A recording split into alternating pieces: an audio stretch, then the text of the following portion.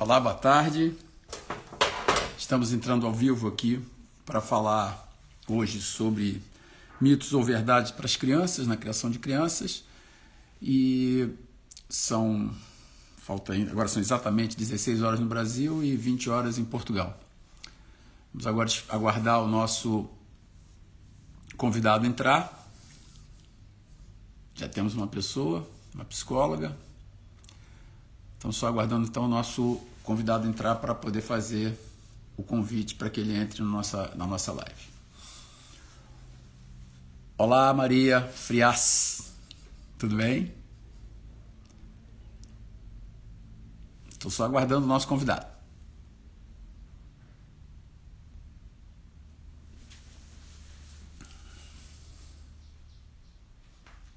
Temos algumas pessoas. Tati. Estou aguardando ele entrar. Ele está em Portugal, lá são 20 horas agora. E é o Dr. Hugo Rodrigues, que é pediatra.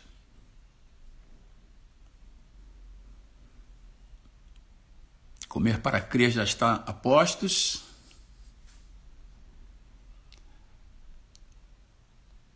Só está faltando mesmo o nosso convidado. Aqui está ele. Vamos recebê-lo aqui, o nosso Dr. Hugo Rodrigues.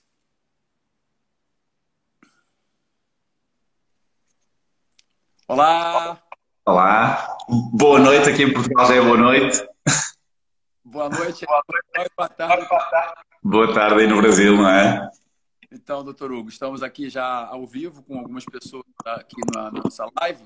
Antes de fazer as apresentações, eu queria lhe pedir uma coisa, que Sim. acompanhasses as perguntas, porque para mim é difícil de enxergar por causa do aparelho aqui. Então, as perguntas que o senhor julgar pertinentes, eu estou respondendo ao longo... Quando forem surgindo, eu vou respondendo. Ok, muito bem, claro que sim. Então, antes, vou fazer aqui a apresentação, né? Hoje é dia 3/6, são 16 horas no Brasil, 20 horas em Portugal. Exatamente. Fazer uma live sobre mitos ou verdades para crianças, que são algumas questões que as mães colocam e que são colocadas tanto no Brasil quanto em Portugal. O Dr. Hugo Rodrigues é pediatra, certo? Em Viana do Castelo, certo?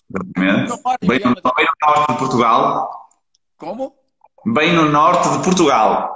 Não, é bem em Portugal, né? Porque parece que não é considerado muito Portugal aí por nós agora, que eu também sou do norte. Eu não posso dizer isto assim no ambiente público. Eu não posso dar essa opinião no ambiente público. Só em particular.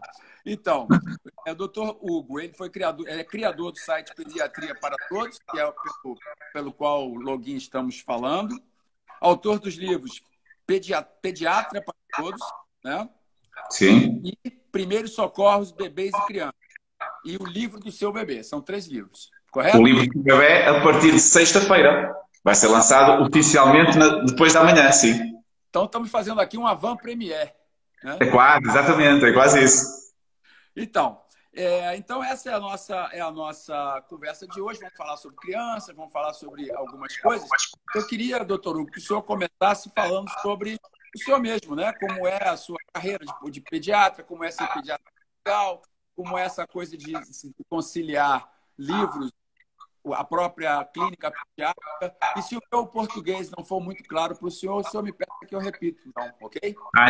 Nós percebemos bem, eu estou a perceber muito bem. Eu é que tenho que, se calhar, falar um bocadinho mais devagar, porque às vezes eu sei que podem não entender completamente o meu português, não é? Basicamente, o site Pediatria para Todos foi a evolução natural de um blog com o mesmo nome, que eu criei quando acabei a minha especialidade, a minha residência em pediatria.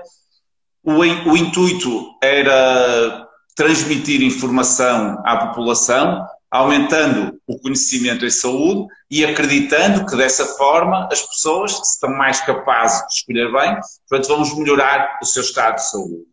Aqui em Portugal, a pediatria existe quase só em ambiente privado para as consultas de rotina, ou seja, as crianças são seguidas pelos médicos de medicina geral e familiar ou clínica geral, exceto as crianças que têm problemas de saúde e que são referenciadas para um hospital e aí sim são seguidas por pediatra.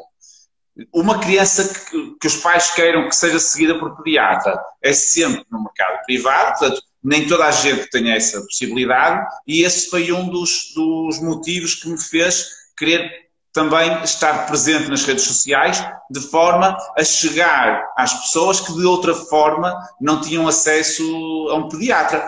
O objetivo não é, nem nunca foi, substituir uma consulta. Isso seria irresponsável da minha parte.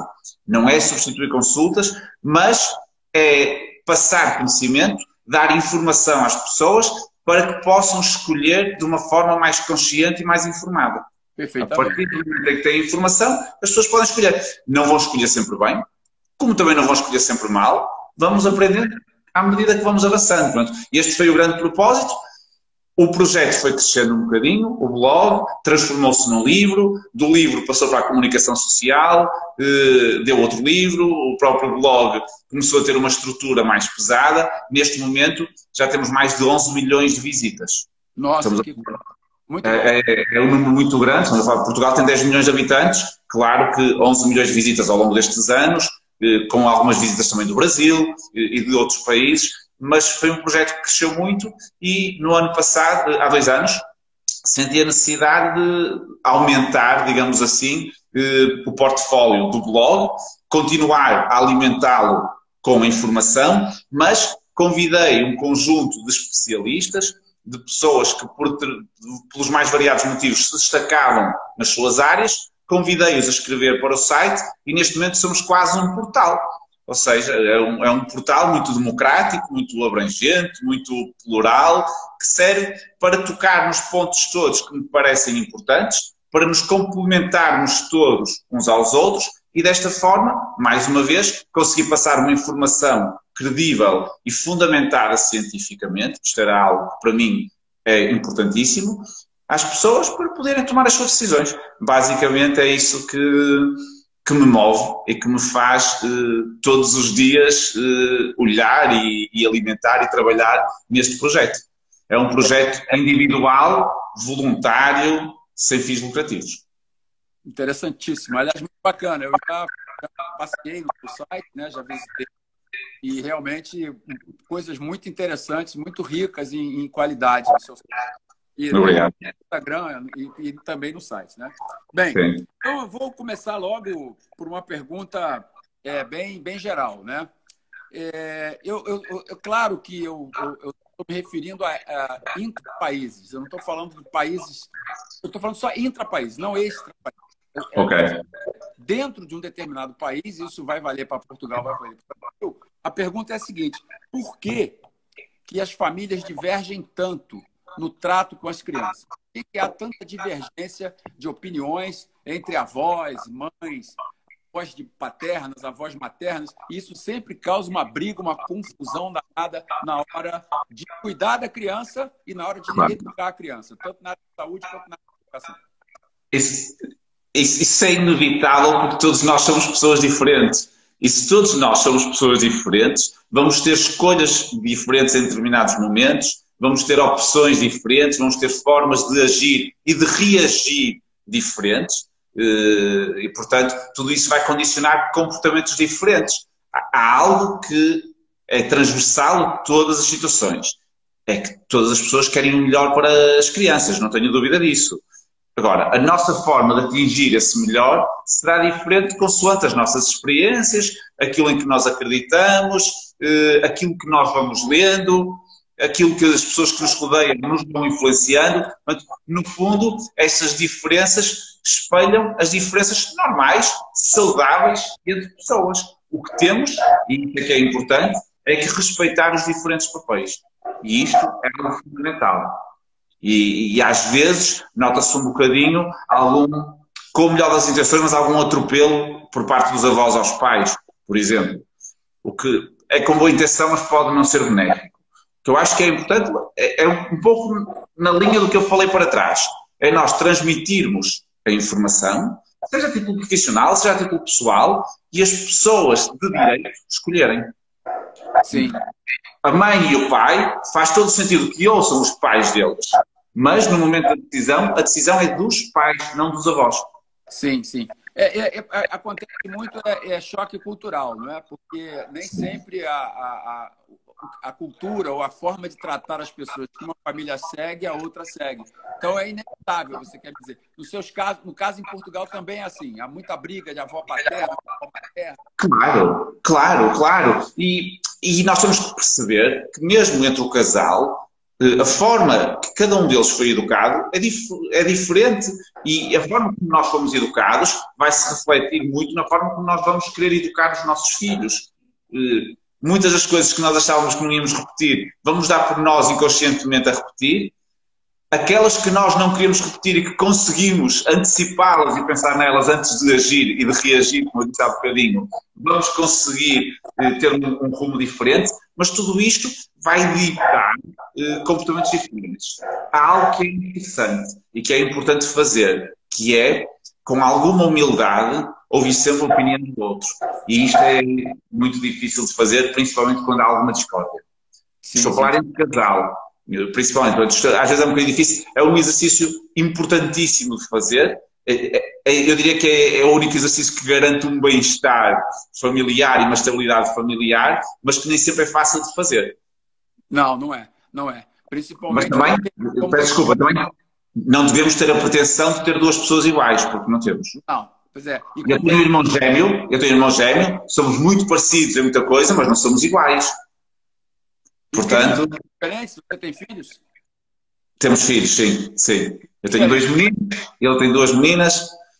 É assim, no mais importante, na maior parte das coisas somos muito parecidos, é verdade. Mas, como é lógico, há decisões que são diferentes, porque nós somos diferentes, mesmo partilhando o mesmo código genético. Nós somos gêmeos verdadeiros, homozigóticos. Mesmo isto, partilhamos o mesmo código genético, partilhamos experiências muito parecidas na nossa infância, a forma como que nos educaram foi igual para os dois, porque era no mesmo momento, mas há algumas decisões nossas que são diferentes, inevitavelmente, e isso é bom, volto a dizer, é saudável que essa diferença exista. Não pode haver desrespeito. Então me diga uma coisa. Sim. Criança andar com o pé descalço no frio faz mal para a criança? Ela fica doente por causa disso? Não. Não tem problema absolutamente nenhum andar descalço. Isso é um mito da nossa cultura, pelo que percebi da vossa também. Andar descalço é bom para o desenvolvimento dos pés, é bom para o desenvolvimento da marcha, para que a criança apoie bem o pé, que os pés passem a ter os apoios mais certos e, portanto, andar descalço é sempre bom, é sempre vantajoso, independentemente se o chão é duro, é mais mole, é areia, está mais quente, está mais frio, é absolutamente indiferente. As doenças que as pessoas associam ao andar descalço, as gripes, os resfriados, as pneumonias, as otites, todas estas doenças são infecciosas, ou seja, são provocadas por vírus ou bactérias que andam no ar. Não são provocadas pelo frio na planta dos pés. A única coisa que o frio na planta dos pés pode provocar é algum desconforto. Pode ser desconfortável, é verdade, a criança pode sentir-se incomodada, na maior parte das vezes não sente, como é lógico. As crianças querem lá saber do frio, mas pode sentir algum desconforto, mas mais que isso não. Deixem as crianças andar descalças, é ótimo para corrigir as posturas, é ótimo para que se desenvolvam do ponto de vista físico de forma adequada. Portanto, podem andar descalços, não vão ficar doentes, garanto-vos. Por isso, vão ficar doentes por outros motivos, mas por esse não, seguramente. Não pelo pé descalço no chão. Não, isso não, seguramente. Ainda dentro dessa questão da doença e tal, as roupas do bebê, né? As pessoas dizem que a roupa do bebê tem que escaldar a roupa do bebê, ferver a roupa do bebê, e não deve lavar a roupa do bebê junto com a roupa dos pais.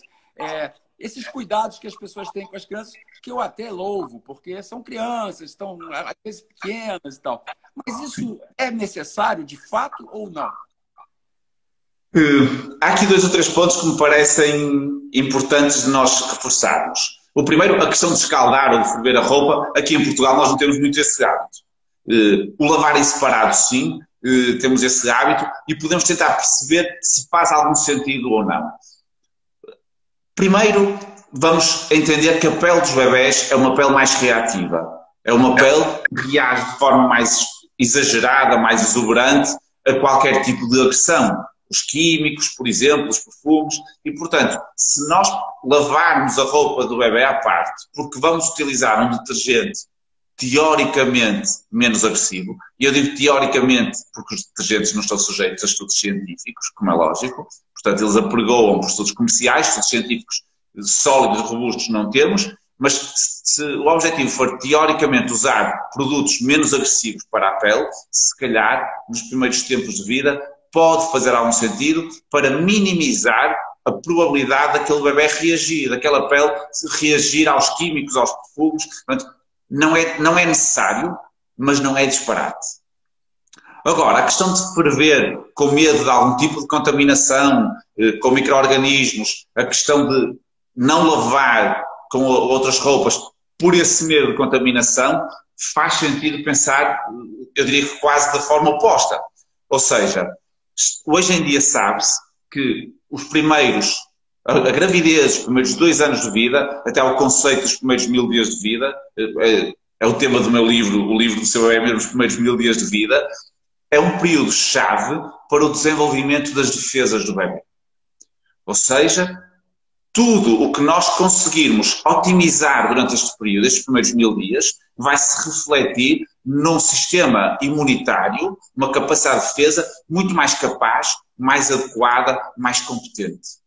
E, portanto, nós temos que perceber como é que nós vamos otimizar esse desenvolvimento das defesas. E, ao contrário do que foi apregoado nos últimos anos, em que se acreditou sempre que os bebés deviam estar em ambientes estéreis, sem contacto com nenhum tipo de micro-organismo, pelo risco de infecção, ao contrário dessa teoria, o que se percebe agora é que isso é tão errado como deixá-los contactar de forma indiscriminada com tudo. Precisamos daqui de um equilíbrio. Por um lado, proteger os bebés pequenos, e aqui se calhar o primeiro mês, eventualmente os primeiros 3 meses, que são alturas mais frágeis do bebê, mais suscetíveis, podemos protegê-los um bocadinho mais, é lógico, mas é importante também que o nosso sistema imunitário vá contactando com alguns agentes potencialmente nocivos, dentro do razoável, como é lógico, com alguns agentes potencialmente nocivos nos primeiros tempos de vida. Isto para quê? Para ele se tornar capaz de identificar esse tipo de agentes e, ao identificar, vai saber combatê-los adequadamente. Se durante os primeiros meses, se não quer dizer que a tela travou, está-me a ver bem? Ok, estou bem. Eu também acho que estou bem. Se durante os primeiros meses de vida nós boicotamos esse desenvolvimento do sistema imunitário, não deixamos o bebê contactar com rigorosamente nada, andarmos a esterilizar tudo que sejam chupetas e biberões e ferver, tudo e mais alguma coisa, o que vamos tornar é aquele sistema imunitário muito mais alerta, muito mais predisposto a reagir de forma exagerada. E ao mínimo contacto com algo estranho, o bebê pode reagir com uma reação desadequada. Por isso é que parece que este tipo de prevenção do contacto com os micro-organismos é um dos principais causadores do aumento das alergias e das doenças autoimunes que nós estamos a viver agora. Os últimos anos em que não deixamos os bebés contactar com nada, desregularam o seu sistema imunitário e eles agora reagem de forma exagerada contra partículas que não são agressivas, contra o pólen das plantas, contra o pêssego, contra outros alimentos, contra... Estas alergias parecem advir desta falta de regulação do sistema imunitário nos primeiros tempos de vida. Portanto, bom senso é a expressão transversal a tudo o que nós falarmos hoje. De certeza que eu posso responder a tudo com bom senso. Mas bom senso, não exagerar na prevenção, não exagerar na prevenção do contacto, prevenir os contactos perigosos, mas não exagerar, não ser radical, porque isso vai fazer com que o bebê não se desenvolva de forma adequada. Entendi. E também não expô-lo e nem deixar de expô-lo. É preciso perceber, o primeiro mês é muito sensível, os primeiros 3 meses são particularmente sensíveis, mas a partir daí mais liberdade. E agora vamos passar para um outro assunto, que é a comida, né? O que eu faço, o que a mãe, o pai devem fazer quando a criança come mal ou se recusa a comer? E completando a pergunta, por que as crianças resistem as comidas consideradas saudáveis. Né? Eu tenho mais ou menos uma ideia. É porque as comidas saudáveis são muito ruins, né? As comidas não saudáveis são muito gostosas, né? Então, mas a sua opinião técnica, qual seria? É verdade, é assim. Há alguns sabores que são naturalmente aceitos pelos bebés. O doce é um sabor que não tem que ser treinado. Quase todos os bebés nascem a gostar naturalmente do doce. Isto tem até uma explicação lógica. Há muitos anos atrás, quando nós não tínhamos, a raça humana não tinha alimentos suficientes, o que acontecia é que todos os alimentos que fossem doces significava que eram mais ricos em hidratos de carbono, eram mais importantes para dar energia. Portanto, o ser humano foi desenvolvendo naturalmente um gosto pelo doce, porque isso implicava sobrevivência. Os alimentos doces davam mais energia, permitiam combater melhor o frio, as infecções e ser mais capaz nas suas atividades do dia a dia. Portanto, naturalmente o ser humano foi se desenvolvendo com o gosto pelo doce. Isto acontece também com o salgado, porque com as carências de minerais que havia na altura, os alimentos salgados eram mais ricos nesses minerais e naturalmente o ser humano foi desenvolvendo os genes para gostar mais do salgado. Daí nós gostávamos muito destes dois sabores. Em sentido contrário, o amargo está muito associado aos venenos naturais. E isto a natureza desenhou-nos muito bem. Tudo que seja amargo na natureza, geralmente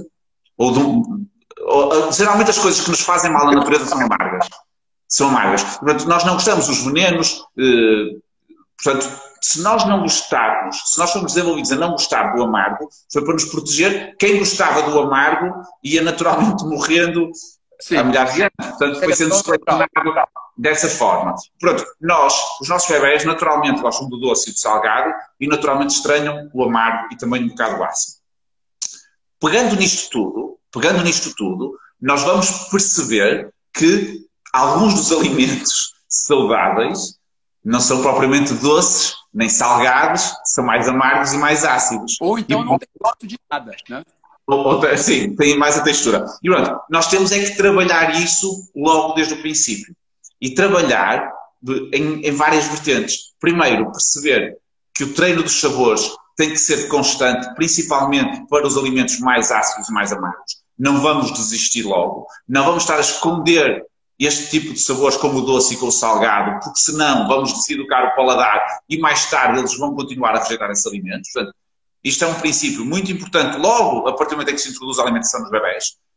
E vamos perceber também que comer não é só treinar sabores.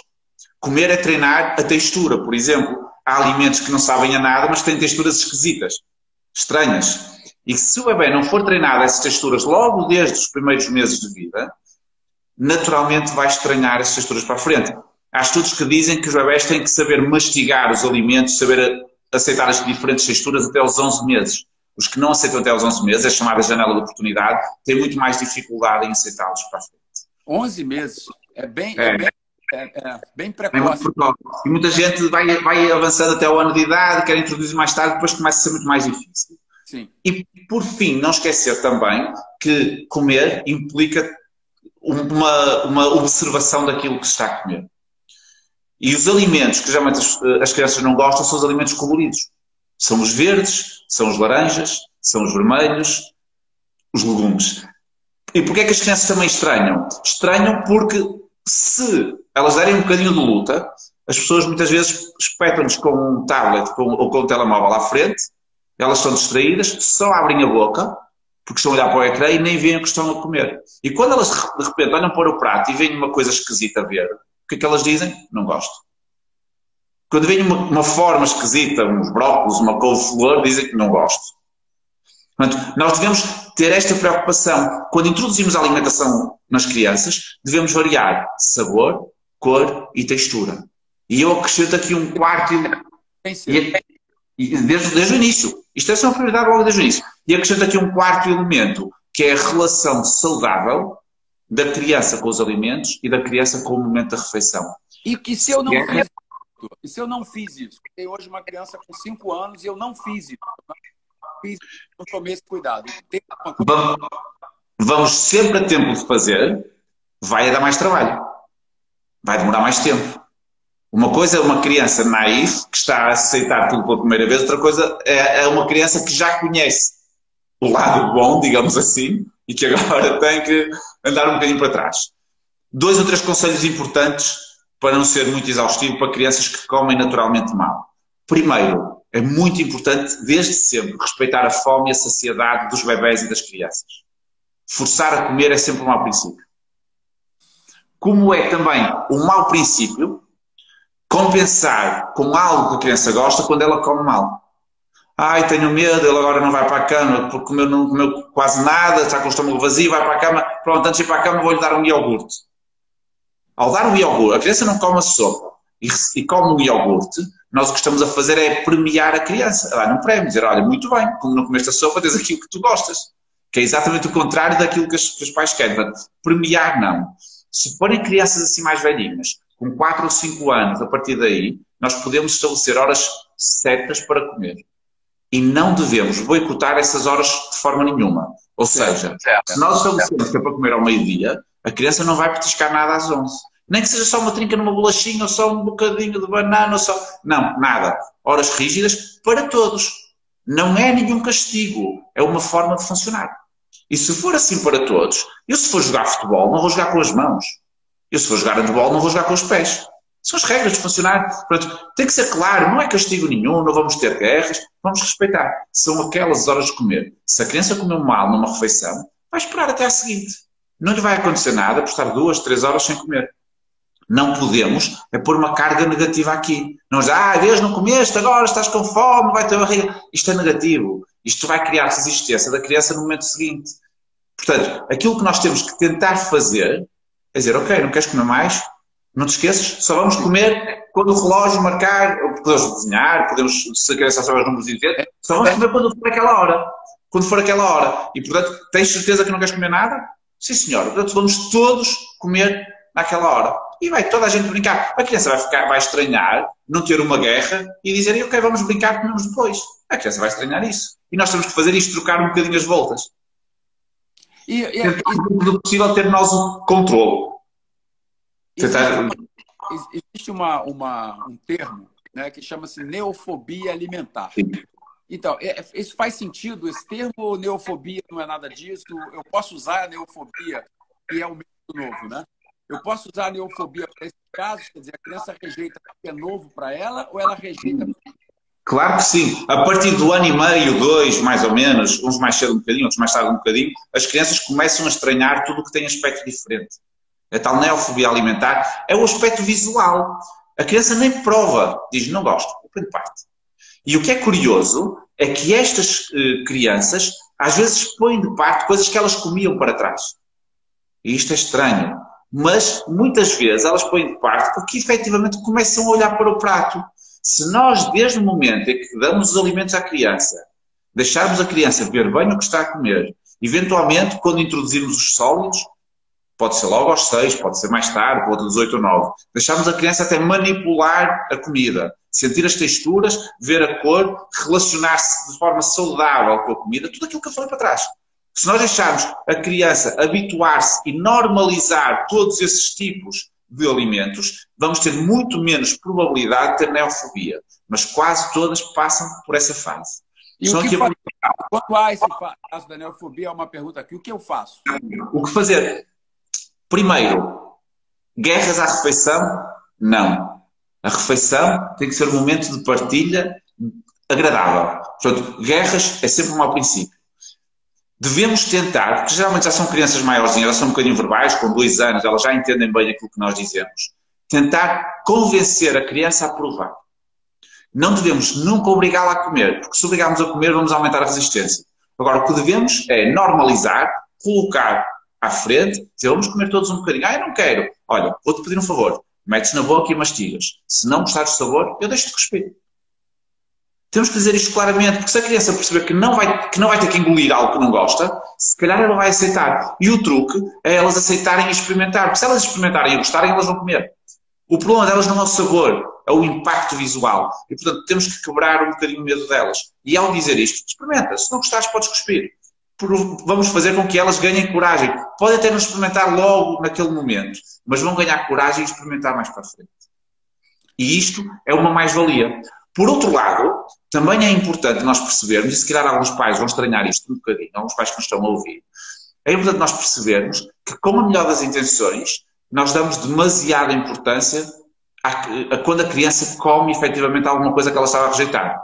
E isto vai-lhes dar armas para poderem usar quando querem. Ou seja, uma criança que até comeu os brócolos, até decidiu meter à boca, comeu e até comeu e até engoliu uma garfada de brócolos. E os pais fazem uma festa por comer brócolos. A criança vai ficar alarmada, vai dizer, então, eu só comi brócolos, para que estou a ter uma festa? E vai perceber, isto é importante para eles. Portanto, quando os quiser ativar, vou pegar por aqui. É isso mesmo. É isto que eu vou... Condicionamento, né? Portanto, nós podemos e devemos elogiar o esforço, mesmo que cuspa, mas quando comer dizer, olha, parabéns, tu comeste, eu vou comer como tu, vou eu imitar-te. As crianças gostam disto. Os grandes modelos das crianças somos nós, pais. Portanto, se nós os recompensarmos fazendo aquilo que eles estão a fazer, dizer, estás a fazer tão bem que eu vou fazer igual a ti. Isto encher-lhes o ego e de forma justa, porque eles merecem isso. Portanto, acho que é bom, acaba por tornar tudo muito mais agradável. Eu vou mudar um pouco de assunto, depois eu volto. Só temos aqui uma pergunta que estão a dizer o que fazer se cuspirem só para mostrarem que não gostam. Se nós dermos liberdade, à criança para cuspir, a dizer que não gosta, se não gostar, vamos aceitar isso. Se nós dissermos, olha, se não gostar, vais cuspir, vamos aceitar isso. Muitas vezes, e esta pergunta é interessante, muitas vezes o que eles fazem é cuspir de propósito para dizer, eu tinha dito que não gostava. Nós dizemos, ok, não gostaste, tudo bem. Mas se calhar agora até estás a perceber que não é tão mal como tinhas imaginado. Sim. E numa vez seguinte, isto não se muda tudo de um dia para o outro. E numa vez seguinte, depois ou três, vamos melhorando. A idade da birra, que é justamente 3 anos, né? Quer dizer, é nessa idade que a gente tem mais dificuldade de impor coisas novas, de mostrar coisas novas. Ó, mudando um pouco de assunto, tá? Mimar o bebê, né? Dar carinho pro bebê e tal. Isso aí, paga a educação dele. Não, mimar, não há nada... Deixa ela chorar para ela aprender que tem que chorar. Não. É puro. Não há nada melhor do que mimar um bebê para o bebê e para os pais. E, portanto, o que estraga os bebés é não receberem mimo, não receberem carinho, não receberem afeto. Não existe mimo a mais, não existe carinho a mais, não existe afeto a mais. Nenhum bebê se estraga por ter mimo. Nenhum. Estragam-se por não ter. Portanto, aí é fácil. Nem vou estar aqui a chatear muitas pessoas com grandes discursos. Mimo a mais não existe. Sempre que possível, deem todo o mimo, todo o carinho, todo o colo que puderem aos vossos filhos. Enquanto são bebés e quando forem maiores também. Enquanto puderem, deem todo o possível e imaginário. Isso vai fazer com que eles cresçam seguros, tranquilos e muito mais capazes de perceber que mesmo em todas as adversidades tem ali um porto seguro. E isto é muito importante. Agora, isto não implica que não haja regras em outros momentos. E essas regras têm que existir.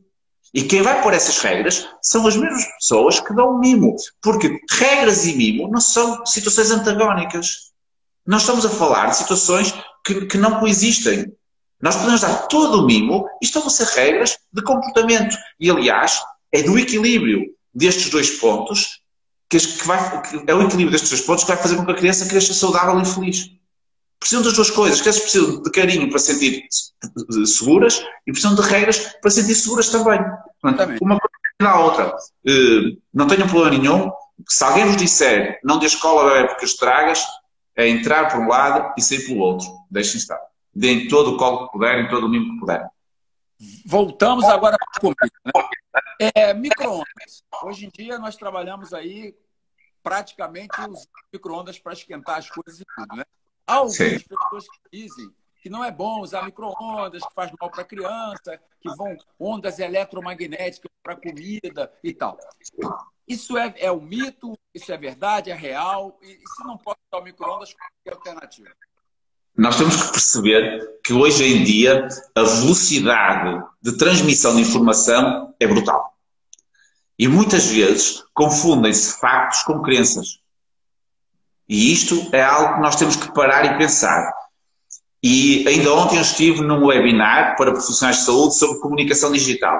E um dos conselhos que eu dei, e que eu acho que é importante, é que nenhum de nós, sejam profissionais de saúde, seja no nosso âmbito pessoal, nunca nós devemos transmitir aos outros uma informação que não tenhamos certeza se é exatamente assim.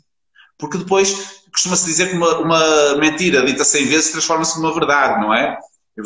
E esse é um risco. Portanto, sendo objetivo em relação ao micro-ondas, não há nenhum estudo científico robusto que prove que haja um mínimo problema em utilizar micro-ondas para aquecer comida.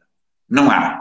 Há efetivamente algumas preocupações e algumas crenças até, e algumas opiniões pessoais que levantam essas questões. Mas nunca houve nenhum estudo que comprovasse de forma clara que haja problema em usar micro-ondas. Portanto, à luz da ciência, pode-se utilizar sem problema nenhum. Agora, eu dizer que se pode utilizar, não vou obrigar ninguém a usar. As pessoas usam se quiserem. Era aquilo que falamos atrás. Damos informação e as pessoas escolhem. Portanto, não há problema nenhum, e já houve estudos sobre isso, portanto, nunca se comprovou que houvesse problema nenhum. Portanto, as pessoas podem e devem utilizar se quiserem. Se não quiserem, aquecem em banho-maria, aquecem numa panela. Agora, independentemente da forma como aquecem, que pode ser qualquer uma destas, independentemente da forma como aquecem, temos de ter um cuidado muito importante. Comprovar sempre a temperatura dos alimentos ou do leite depois de aquecer, antes de dar ao bebê. E aqui o micro-ondas tem um risco um bocadinho acrescido, porque o aquecimento no micro-ondas não é homogéneo. E não sendo homogéneo, nós podemos arriscar a provocar uma queimadura se não homogeneizarmos os alimentos e se não comprovarmos previamente se estão à temperatura adequada ou não. Portanto, pode-se utilizar qualquer forma de aquecer, desde que seja da preferência dos pais. Não acho que deve ser uma decisão médica, é uma preferência dos pais mesmo. O que temos é que comprovar a temperatura. Há uma exceção, e temos aqui esta pergunta que está mesmo aqui no ar, que tem a ver com o aquecimento do leite materno no micro-ondas. Não parece ser a melhor forma de aquecer leite materno e, portanto, é evitável. Aí faria um parênteses. Há vários compostos bioativos no leite materno que não se sabe muito bem o comportamento destas ondas, destas micro-ondas, sobre esses compostos bioativos. E, portanto, o leite materno deve ser aquecido em banho-maria.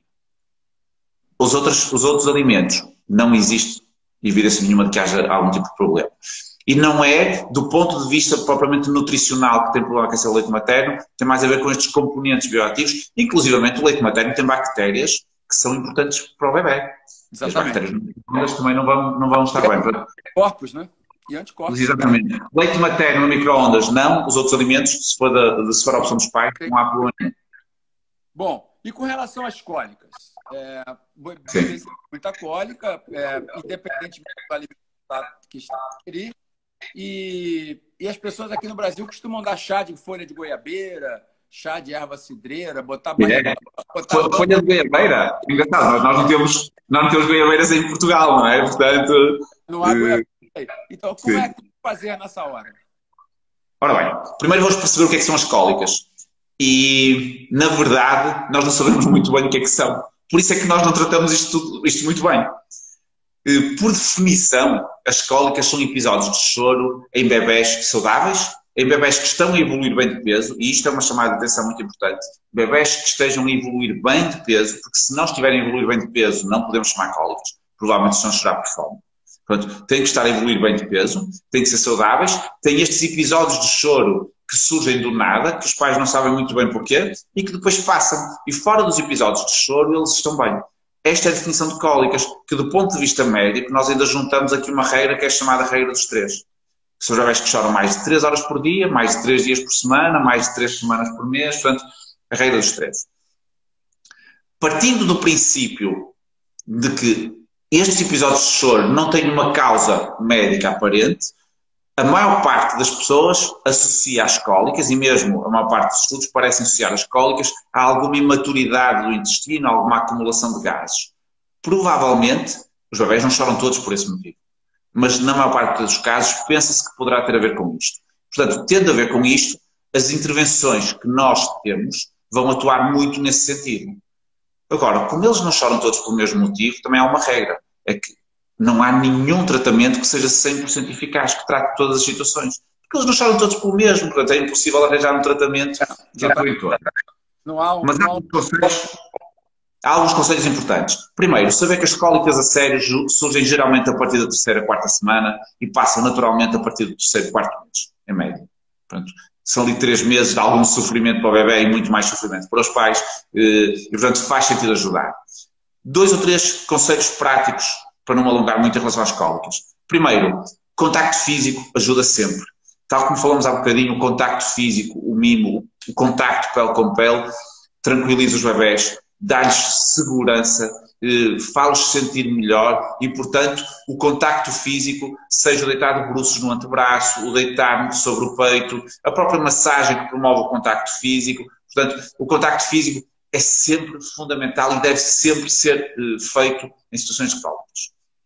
Depois tentar não passar grande ansiedade em relação a isto para o bebê, porque a ansiedade vai levar a atitudes também mais intempestivas da parte dos pais e o bebê vai reagir. Portanto, tentar mais ou menos, dentro do possível, manter a calma. Em termos de intervenções, do ponto de vista de fármacos, de medicamentos, parece que o que tem mais eficácia são alguns probióticos. Os probióticos são bactérias que têm um efeito benéfico para a saúde, são as bactérias boas do intestino e há algumas que parecem ter um efeito positivo sobre as cólicas.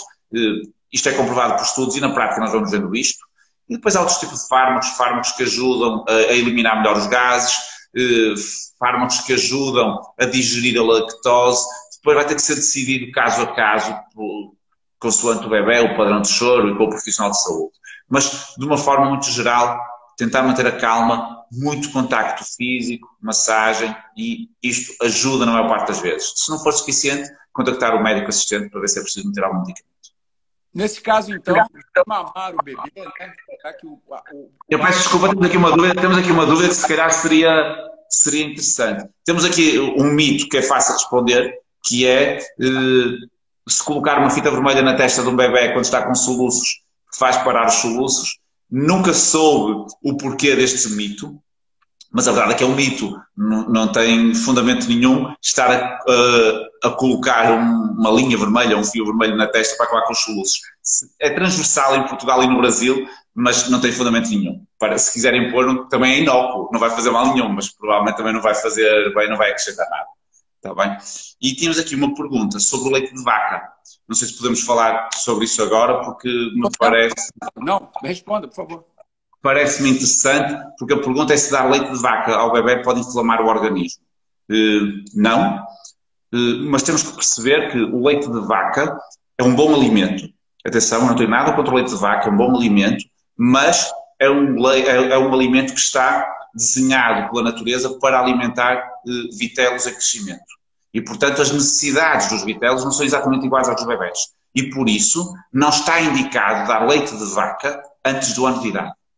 Antes do ano de idade deve ser sempre leite materno ou, na impossibilidade de dar leite materno, deve-se dar uma fórmula infantil, um leite adaptado, leite de bebé, leite em pó. E isso, sem dúvida nenhuma.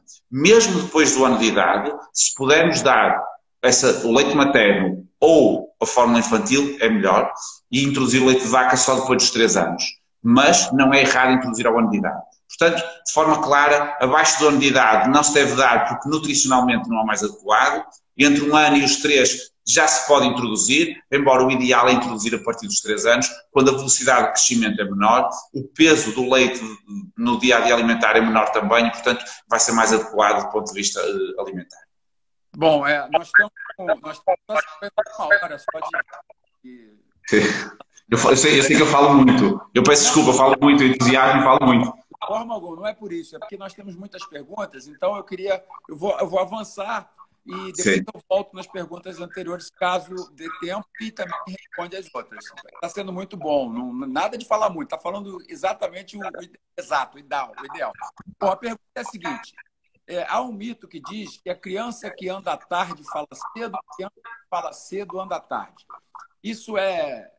e vice-versa. Isso é verdade, é mito, há alguma informação? Não tem fundamento nenhum do ponto de vista científico. Eu acho que isso serve um bocadinho mais para tranquilizar os pais e os avós que estão sempre a comparar bebés. Por favor, não comparem bebés. As salas de espera dos consultórios quase parece uma competição entre o bebé que fala mais cedo, o bebé que anda mais cedo, que anda mais direito. Pronto, não comparem bebés, vamos respeitar o ritmo de crescimento e desenvolvimento dos bebés. Vamos confiar, e peço-vos isso, confiem nos vossos médicos assistentes. Se tiverem dúvidas, devem mesmo colocar essas dúvidas ao médico assistente. Não fiquem com as dúvidas para vocês, não tenham vergonha de perguntar. É importantíssimo que vocês estejam tranquilos em relação aos vossos filhos. Portanto, coloquem. Se tiverem alguma dúvida em relação ao desenvolvimento, coloquem. Essa compensação não existe. São competências neuronais diferentes. O andar, o falar, portanto, não tem nada a ver uma com a outra, não é por andar cedo que vai falar tarde, não é por andar tarde que vai falar cedo, vamos respeitar o ritmo.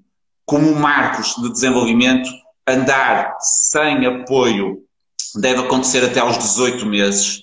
Antes dos 18 meses é normal que os bebés não andem, há a ideia que eles têm que andar ao ano de idade, e a maior parte não anda com o ano de idade, andam mais tarde um bocadinho, 13, 14, 15 meses. Num bebé com desenvolvimento normal, podemos esperar até aos 18 meses, porque alguns andam assim um bocadinho mais tarde, e isto não tem problema nem significado nenhum.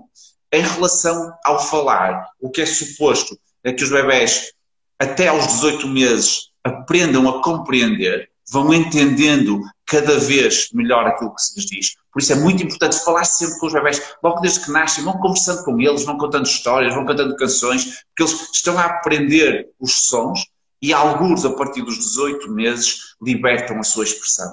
Há um ditado, mais ou menos, que diz que os bebés aos 18 meses entendem 500 palavras e dizem 5. Isto não anda muito longe da verdade. E isto é importante que os pais saibam, porque esta discrepância entre o que eles entendem e o que conseguem verbalizar é muito grande aos 15 meses, é muito grande aos 18 meses e preocupa bastante os pais. Preocupa sem necessidade de haver essa preocupação. Temos é que perceber, aos 18 meses entende claramente, e em termos de falar, aos 2 anos, eles geralmente já juntam 2, 3 palavrinhas e fazem frases simples. Dá cá, está aqui, popó do papá, esse género de frases simples. Se entender e fizer estas frases aos 2 anos, é o que é suposto, vamos estar tranquilos. Tá, e com relação ao desmamar, tirar o peito da criança, eu posso tirar o peito quando? Quando é que é recomendável? E outra, se eu tiro o peito, substituir por sucos, né? Sucos vegetais, alguém perguntou aqui, ou leite, isso vai suprir as necessidades do bebê? Quando eu tiro o peito, imediatamente introduzir a comida sólida ou o papinho, alguma coisa. Ok. Em termos de recomendações sobre o leite materno, o que é o ideal? Os primeiros 6 meses, se possível, devemos manter só leite materno. Se o bebê estiver a evoluir bem de peso, é manter em exclusivo o leite materno e introduzir os outros alimentos a partir dos 5, 6 meses, mais perto possível dos 6.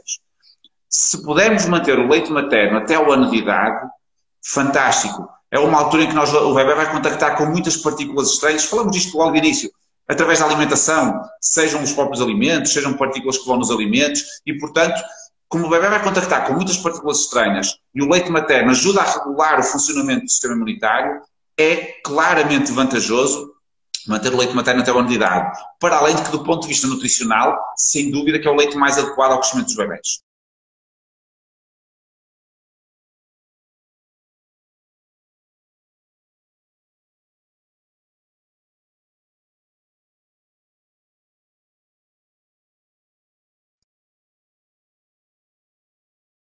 Parou. Estão a ouvir? Agora sim. A imagem do Ricardo parou. Pronto, o que eu estava a dizer é que, a partir do ano de idade, continua a ser uma ótima opção o leite materno, desde que seja vontade da mãe continuar a amamentar. Tem que ser algo agradável para todos, porque se for uma obrigação, se for algo desagradável, já perde parte do interesse. Portanto, a partir do ano de idade, do ponto de vista nutricional, a vantagem é menor, do ponto de vista de regulação das defesas, a vantagem também é menor, mas não nos podemos esquecer que amamentar não é só dar de comer. É um vínculo, é uma relação que se estabelece, é um apego que se estabelece e, portanto, se fizer sentido para a família manter o leite materno, acho que deve mantê-lo. Não existe nenhuma idade máxima para manter o leite materno. As recomendações da Organização Mundial de Saúde são para manter o leite materno pelo menos até aos 2 anos. Claro que isto varia um bocadinho consoante o contexto. Não acho que isto seja para ser de regra escoada, mas se pudermos prolongar faz sentido. Por outro lado, Quando deixar de fazer sentido para a mãe continuar a amamentar, não acho que deva ter nenhum peso na consciência por decidir parar. Não acho que haja problema nenhum. Agora, substituir o leite materno deve ser sempre por outro leite. De preferência, o tal leite adaptado, ou leite em pó, leite de bebê, porque são os mais adequados para o crescimento de um bebê humano. Portanto, independentemente da idade, a não ser que já seja depois dos 3 anos e possa meter o leite de vaca, o ideal é, quando se decide parar o leite materno, substituir por um leite adaptado. Se pudermos ficar até 3 anos, é melhor. As bebidas vegetais não são boa opção para crianças. Até aos 5 anos não devem ser um substituto do leite materno. Do leite materno ou do leite adaptado. Portanto, o ideal é manter um leite, seja o leite materno em primeira escolha, o leite adaptado em segunda escolha, ou o leite de vaca depois do ano de idade em terceira escolha, assim por ordem. Bebidas vegetais não são boa opção, do ponto de vista nutricional, não são equivalentes ao leite, do ponto de vista de suplementação, também não são equivalentes ao leite. Isto não quer dizer que os bebés não possam beber de vez em quando bebidas vegetais, pontualmente, mas nunca como substitutos do leite. Pelo menos até aos 4, 5 anos. Principalmente as bebidas de arroz. Cuidado com as bebidas de arroz. Sim. Porque podem estar contaminadas com arsênio, portanto temos que ter cuidado. Exatamente. Doutor Hugo, nós chegamos ao final das perguntas. Queria saber se há alguma coisa a mais que o senhor queira dizer para todos nós aqui. E caso não, a gente termina. Mas eu acho que seria bom para fazer o encerramento, né? Sim. Vou só tentar pegar aqui em 2 ou 3 perguntas que colocaram e posso tentar perguntar. Nós estamos no horário já determinado. Daqui a pouco vão cortar a gente aqui. Eu sei que é 1 hora. Tinha aqui uma pergunta específica sobre probióticos para as cólicas. O probiótico com mais eficácia para as cólicas, o nome é um palavrão médico, mas se quiserem tomar nota, é o Lactobacillus reuteri. Este é o probiótico com mais evidência científica no tratamento das cólicas e é aquele que tem efetivamente mais eficácia. Lactobacillus reuteri. E depois, aqui uma mãe a dizer que tem dificuldade, se calhar vou terminar com esta, muita dificuldade em fazer com que o bebê pegue no biberão, ela está com leite materno. O principal conselho é tentar ser outra pessoa a dar o biberão. Nunca a mãe, porque se a mãe pegar no bebê para dar um biberão, o bebê vai associar o cheiro à maminha e, portanto, não vai querer o biberão. Só um minuto. Para os brasileiros, biberão é a chuca, né? É a mamadeira, certo? É isso. É como nós. E, portanto, se for a mãe a dar o biberão, o bebê tem muito mais probabilidade de rejeitar, porque associa o cheiro da mãe à maminha e se lhe damos um biberão, uma tetina que ele não gosta, vai cuspir mais. Para além de ter a sorte de encontrar uma tetina de que o bebê goste, deve ser dado as primeiras vezes por outra pessoa e a mãe não está na mesma divisão. E depois, quando o bebê estiver habituado, pode tentar. Acho que seria um bocadinho por aqui. Não temos tempo para mais. Eu estaria horas a falar, mas fica para outra altura.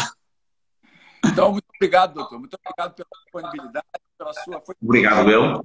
Acho que todos nós aproveitamos bastante tudo que foi dito. Muito obrigado. Posso lançar um convite? Claro.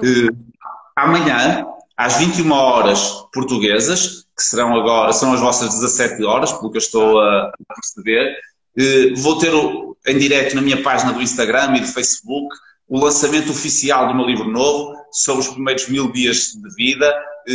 Portanto, apareçam, coloquem as questões, nós vamos tentar também ter alguma interatividade e responder às questões. Portanto, apareçam, divulguem, partilhem, tragam mais gente, quanto mais gente melhor, portanto, são todos muito bem-vindos.